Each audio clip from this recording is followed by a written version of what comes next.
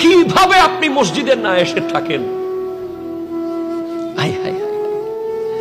যুবক ভাই বলেন তো, ফজরের নামাজ আজকে কে কে পড়েছেন? একটু হাত তোলেন সত্যি করে।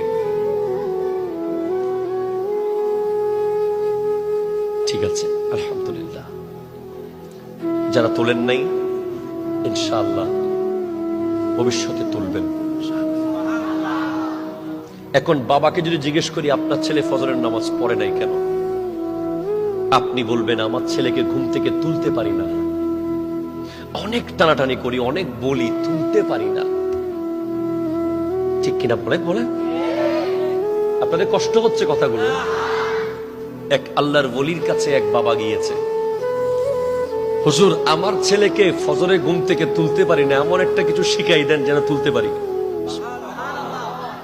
আল্লাহর ওলি বলছেন, কি হয়েছে আপনার ছেলে উঠে না কেন? বলে আমার ছেলে কি ঘুম, তার বেশি গভীর ঘুম, টাননে টেনে হিচড়ে তুলতে পারি না।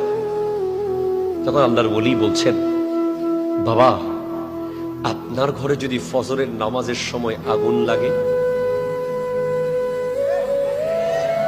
আপনি কি ছেলেকে তখন তুলবেন না, নাকি আগুনে পুড়ে ফেলবেন? বলে হ্যাঁ অবশ্যই তুলবো। কেমনে তুলবেন? আমি প্রয়োজনে তাকে কাঁধে নিয়ে বের হয়ে যাব, অথবা বিছানা সহ তুলে নিয়ে চলে যাব। তখন আল্লাহর ওলি বলছেন, দুনিয়ার আগুনের জন্য আপনি এমন করবেন, যতক্ষণ আপনার ছেলে ঘুমায় ফজরের নামাজের পরে, ততক্ষণ মনে করেন দুনিয়ার চেয়ে ৭০,০০০ গুণ বেশি ভয়ঙ্কর আগুনে সে জ্বলতেছে। যদিও আপনার চোখে আপনি দেখতেছেন না, কাল বাদে পরশু আপনি দেখবেন আপনার ছেলে কিভাবে জ্বলতেছে।